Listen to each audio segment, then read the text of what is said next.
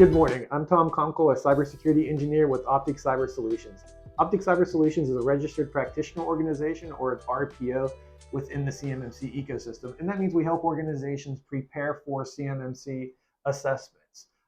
And today I wanted to continue our series on the maturity level 1 practices within CMMC and talk about the identification practice. And I have Mike Green joining us again, a cybersecurity engineer with Optic, to help us through this practice. So welcome, Mike. Good to be here. Thanks. So as we get started, I guess, the practice itself says that we need to identify information systems users, processes acting on behalf of the users, and devices. So what does this practice mean? There are three key items. So system users, usually, a user accessing the system, could be a username. Processes on behalf of a user could be something like a script, and then the devices themselves could be, a laptop or a server. So you really want to understand or identify what actually comprises your system and the users that access the system. Excellent.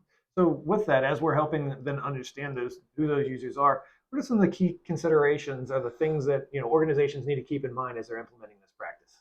Well, yeah, first you need to understand who actually accesses the system itself. So different types of roles. It could be a in general user, end user, administrative user. So you have different user types. You may have a user access matrix to kind of capture the deltas between the different types of user who has authorized access. It could also be in your AD or something like that. But it's really, you want to understand from a user inventory perspective what users access, and then from a device inventory as well, laptops, mobile devices, etc., that actually have access to interact with the system. Okay. So as we're identifying those users, then kind of imagine, if we have a common name in our organization, we have two people, what are some of the things that we can do to make sure that they are identified appropriately and we can keep them straight?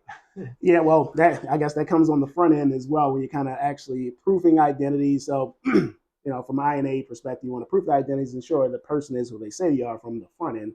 Then actually, as you build out accounts, it really depends on the user, or I guess the organization. You have different naming conventions, so you could have, username 1, username 2. It really just depends on the organization, but you do want to have distinct IDs that can be mapped to a specific individual.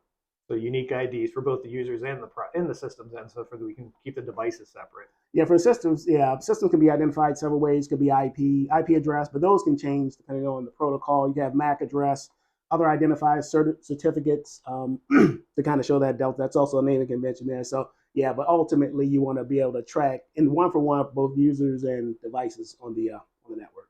Excellent.